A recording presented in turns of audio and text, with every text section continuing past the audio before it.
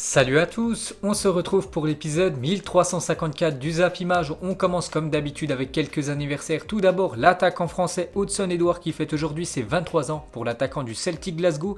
Il y a aussi le japonais Minamino, le joueur de Liverpool qui fête aujourd'hui ses 26 ans. Je le pensais plus jeune. Et pour finir les gars, c'est Pau Torres, un défenseur espagnol de l'équipe de Villarreal, pisté par l'équipe du Real Madrid les gars. Donc il fête lui aujourd'hui ses 24 ans.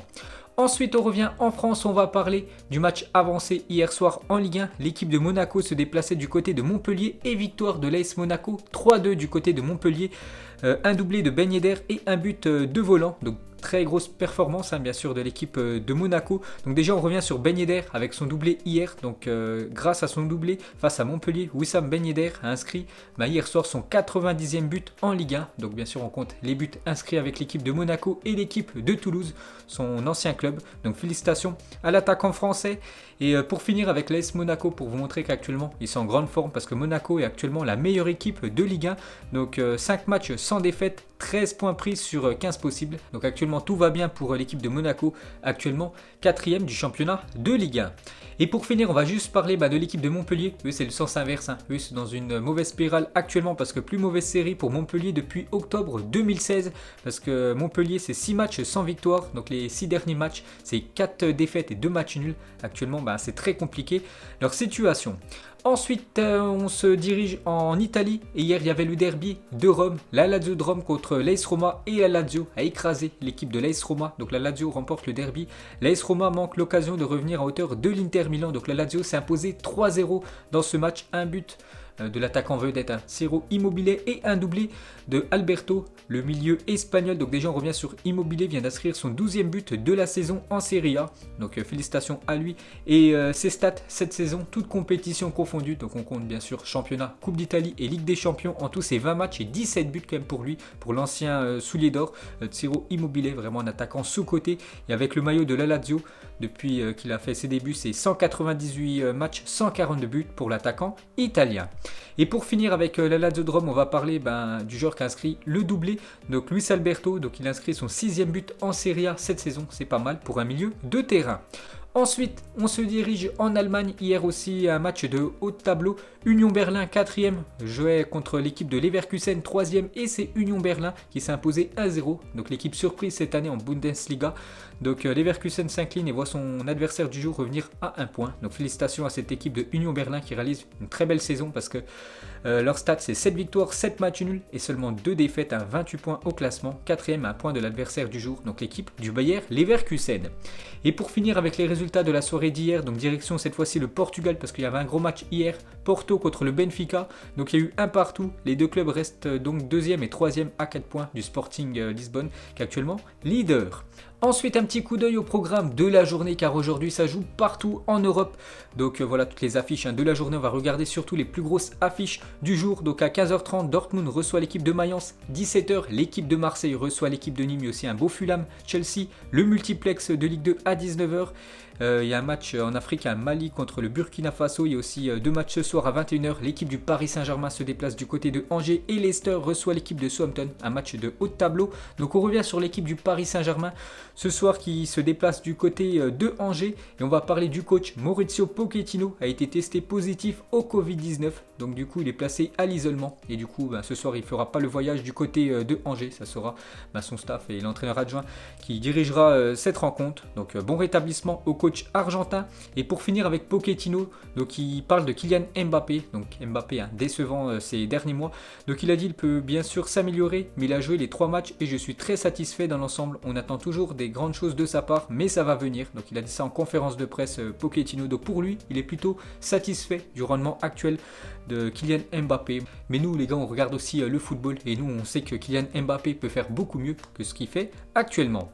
Ensuite, toujours avec le Paris Saint-Germain, on va parler de Neymar les gars. Donc Neymar est en pourparlers pour prolonger son contrat au Paris Saint-Germain. Le Brésilien est heureux à Paris et souhaite rester dans la capitale française. Donc déjà il a un contrat jusqu'en 2022, donc encore 1 an et demi de contrat du côté du Paris Saint-Germain. Et il aimerait tout simplement continuer son aventure du côté du PSG, mais surtout garder son même salaire, son salaire de 37 millions d'euros net par an. C'est énorme bien sûr. Après je ne sais pas si le Paris Saint-Germain voudra lui offrir le même salaire, mais le PSG veut conserver aussi Neymar. Ah bon, après il va falloir que les deux parties se mettent d'accord niveau salaire, donc en fin de contrat en 2022, Neymar va recevoir une offre du PSG. Donc voilà une petite info sur le joueur brésilien. Ensuite les gars, on va parler de l'ancien coach du PSG, Thomas Tuchel, actuellement sans club, devrait être le nouvel entraîneur de Chelsea la saison prochaine en cas de licenciement de Frank Lampard, parce qu'actuellement les derniers résultats de l'équipe de Chelsea c'est très moyen, donc s'il venait à se faire licencier Frank Lampard, donc ça serait Thomas Tuchel qui pourrait le remplacer.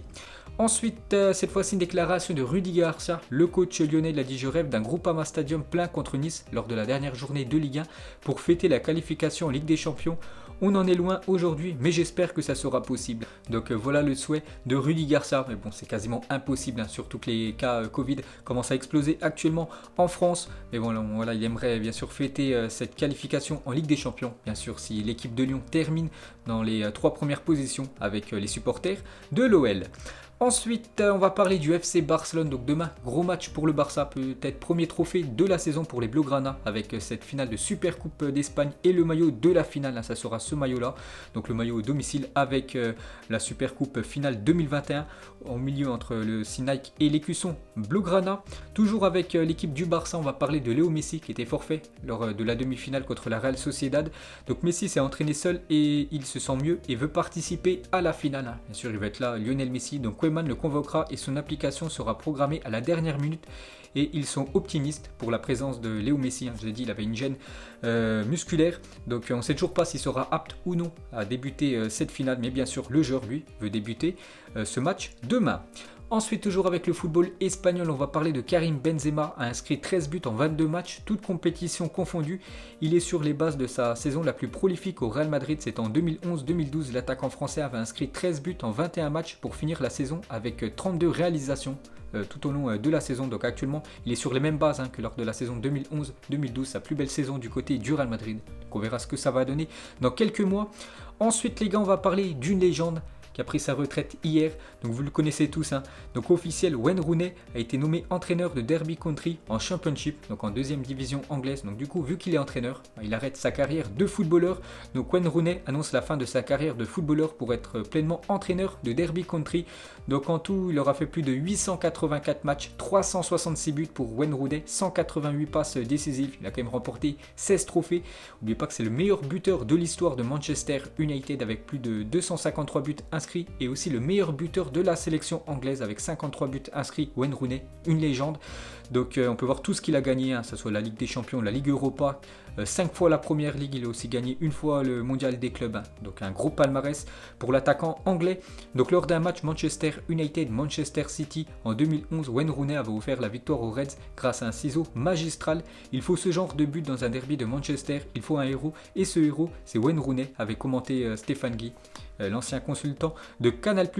Et pour finir avec Wayne Rooney, donc les footballeurs de Première Ligue il y a quelques années, entraîneur aujourd'hui. Donc Wayne Rooney, entraîneur de Derby County, Frank Lampard, entraîneur de Chelsea, Steven Gerrard, lui, entraîneur des Glasgow Rangers, Mikel Arteta, entraîneur de Arsenal, la même chose pour Scott Parker et la même chose aussi pour Vincent Kompany, ancien joueur de City, actuellement l'entraîneur de Anderlecht. Ensuite, des nouvelles de Gareth Bale, et ça c'est une très mauvaise nouvelle pour Zinedine Zidane et le Real Madrid. Pourquoi? Parce qu'à l'heure actuelle, Tottenham n'envisage pas de conserver Gareth Bale la saison prochaine. Les prochains mois seront cruciaux pour le futur du Gallois, prêté par le Real Madrid depuis le début de la saison. Donc vers une nouvelle désillusion pour Gareth Bale. Donc d'après Bein Sport, Gareth Bale n'aurait pas convaincu Tottenham de le conserver en fin de saison. Le Gallois devrait retrouver le Real Madrid l'été prochain. Donc c'est quand même un gros coup dur bien sûr pour Zidane. Je vais vous expliquer pourquoi. Donc l'avenir de Gareth Bale est très incertain et Tottenham ne prolongera pas son prêt pour une deuxième saison selon le journal The Time. Le joueur retournera à Madrid et Zidane ne veut pas de lui dans son effectif. On sait que Zidane et Gareth Bale c'était chaud parce que voilà, il faisait pas du tout l'affaire du côté du Real Madrid et Zidane ne comptait pas du tout sur lui. Mais le problème, surtout pour le Real Madrid, c'est qu'il a un énorme salaire et d'après le Twitter Real Madrid FR, donc Gareth Bale est le deuxième joueur le mieux payé du Real Madrid. S'il revient l'été prochain et que le Real Madrid ne le vend pas, il sera économiquement impossible de signer un grand nom en 2021. Donc vous savez que le Real Madrid veut signer un gros nom pour le futur mercato, que ce soit Kylian Mbappé ou Erling Haaland. Mais si Gareth Bale revient au Real Madrid, donc ils vont devoir lui redonner bien sûr son salaire qui est énorme, parce qu'actuellement il est pris en charge par l'équipe de Tottenham. N'oubliez pas que Gareth Bale c'est 17 millions d'euros par an de salaire net, donc c'est énorme, hein. Donc c'est le deuxième plus gros salaire de l'équipe du Real Madrid, donc ça pourrait faire capoter tout simplement le transfert peut-être de Kylian Mbappé ou Erling Haaland du côté du Real Madrid. Ensuite on va parler de l'OM, est tombé d'accord avec Milik, l'attaquant polonais. Marseille a fait une offre de 7 millions d'euros à Naples, mais celle-ci devrait être repoussée. Les deux clubs continuent de négocier, parce qu'en fait l'équipe de Naples espère un peu plus, hein. Ils espèrent le vendre 15 millions d'euros Milik, mais bon, Marseille en propose seulement la moitié, donc affaire à suivre, hein. Peut-être le polonais dans quelques jours du côté de l'OM. Ensuite, regardez le programme de la Ligue 1 pour aujourd'hui et pour demain. Et on va juste parler d'un match, les gars, qui est reporté. C'est le match entre Lorient et Dijon, initialement prévu ce dimanche, est reporté en raison de nombreux cas de Covid au sein de l'effectif des Merlus. Ensuite, on va parler de l'équipe masculine et féminine de Manchester United, sont leaders de leur championnat en même temps pour la première fois de l'histoire, hein, parce que l'équipe de Manchester homme premier, l'équipe féminine première, donc c'est la première fois que ça arrive, hein, pour cette équipe des Red Devils. On va parler d'un joueur, Paul Pogba. Les gens qui ne m'aiment pas, qui critiquent ma manière de jouer, qui critiquent ma coupe de cheveux, qui disent que je suis surcoté, ça n'a pas d'importance, c'est leur opinion, gardez-la, ça me donne envie de travailler encore plus, alors je les remercie. Donc voilà, belle déclaration de Paul Pogba envers les haters, voilà, ceux qui font que de critiquer son style de jeu ou tout simplement sa personnalité. Ensuite, une déclaration de Zlatan Ibrahimovic. Donc il a dit il y a quelques semaines, Pierre Kalulu a fait ses débuts et il portait des gants, je lui ai dit de les enlever. Comment un jeune défenseur qui fait ses débuts peut jouer avec des gants? Avec des gants, il ne pourra jamais faire peur à l'attaquant adverse. Donc encore une déclaration très surprenante, hein, de Zlatan, voilà, qui a dit tout simplement à ce jeune défenseur d'enlever ses gants, parce que voilà, ça faisait un peu moins viril de jouer avec des gants. Ensuite, on va parler d'une jeune pépite du côté de Tottenham. Peut-être on entendra son nom dans quelques années, les gars, parce qu'il a des stats quand même incroyables avec les catégories jeunes des Spurs. Donc Dan Scarlett, 16 ans, est la petite sensation du côté de Tottenham cette saison. Donc déjà 13 buts et 4 passes décisives en seulement 10 matchs avec les U18 des Spurs. Appelé une fois en U23, il a également été décisif lors de la FA Cup U Cup, donc la FA Cup Junior. Il avait inscrit un quintuplé, ce jeune joueur anglais. Ensuite, des nouvelles de David Neres, l'attaquant brésilien de l'équipe de l'Ajax Amsterdam, avec sa nouvelle coupe de cheveux. Ensuite, on va parler du meilleur joueur du mois de décembre en Bundesliga, et c'est le milieu offensif de l'équipe du Borussia Mönchengladbach, donc Stindl, qui a remporté le trophée. Ensuite, une belle photo de James Tavernier, donc le défenseur droit du Glasgow Rangers. N'oubliez pas qu'il est quand même meilleur buteur et meilleur passeur du championnat écossais, alors que c'est le latéral droit de l'équipe des Glasgow Rangers, hein. Donc lui, il risque, hein, de changer de club dans quelques mois. Ensuite, en 2017, la Lazio recrute Neto qui jouait au Sporting Braga pour 11 millions d'euros, mais au moment de payer, ils ont fait un virement au Sporting Lisbonne plutôt qu'au Sporting Braga. Des génies, hein, bien sûr, mais bon, après, tout a été remis en place. Ensuite, regardez les nouveaux vestiaires du Thonon Evian Grand Genève FC qui évolue en N3. Donc bon, c'est juste des vestiaires, mais je trouve que c'est des vestiaires quand même plutôt pas mal, hein, surtout pour une équipe amateur. Je sais qu'il y en a beaucoup qui jouent en amateur et vous avez rarement vu un des vestiaires comme ça. Donc vraiment, ils sont privilégiés, les joueurs de cette équipe. Ensuite, une déclaration de André-Pierre Gignac, il a dit le Mexicain est noble ici. Il y a des gens qui ne mangent pas les jours de match pour pouvoir se payer un billet de 200 pesos, environ 9 euros, et être tout en haut du stade. Ces gens font partie de mon rêve, parce que là-bas, les gars, au Mexique, ça vit le football, hein. Parce qu'il y a des gens qui préfèrent pas manger et plutôt s'offrir un billet pour aller voir leur équipe favorite. Ensuite, des nouvelles de David Beckham, actuellement du côté de Miami avec son équipe de l'Inter Miami. Donc il est plus joueur, hein, bien sûr, David Beckham. Mais voilà, il joue toujours un peu au football, il est toujours très bien affûté. Le milieu anglais, une belle photo aussi de la légende brésilienne Juninho du côté de l'ancien stade de l'Olympique lyonnais, le stade Gerland à l'époque. Et bien sûr, il est en train de tirer un coup franc, peut-être l'un des meilleurs tireurs de coups francs de l'histoire du football, Juninho. Ensuite, une déclaration de Mkhitaryan, actuellement meilleur buteur et meilleur passeur de l'équipe de l'AS Roma. Il a dit j'ai commencé le foot à 7 ans, j'habitais en France, mon père jouait, puis on est retourné en Arménie, il m'a dirigé avant sa mort vers une carrière de joueur, ce fut mon moteur et mon idole, on peut voir aujourd'hui dans mon jeu que je suis très heureux. Donc tout va bien actuellement pour le joueur Mkhitaryan. Ensuite, regardez cette photo de Thomas Meunier, l'ancien défenseur droit du Paris Saint-Germain avec Nasser, le président. On peut voir Nasser en train de lui tendre la main et Thomas Meunier lui a mis un gros vent. Et pour finir ce Zap Image, on termine avec une annonce BR. Donc c'est une série que je faisais depuis quelques temps et j'ai arrêté, là ça fait quasiment 2-3 mois. Donc je vais reprendre reprendre cette série sur ma chaîne secondaire. N'oubliez pas que j'ai une chaîne secondaire, c'est BizBiz Plus, en première ligne de description. Et donc pour ceux qui ne savaient pas c'était quoi cette série BR, donc en fait on traitait 3 sujets. Donc là par exemple c'était Olivier Giroud, donc on se posait chacun 2 questions, moi et mon frère. Donc là je vais reprendre la série mais tout seul les gars sur ma chaîne secondaire.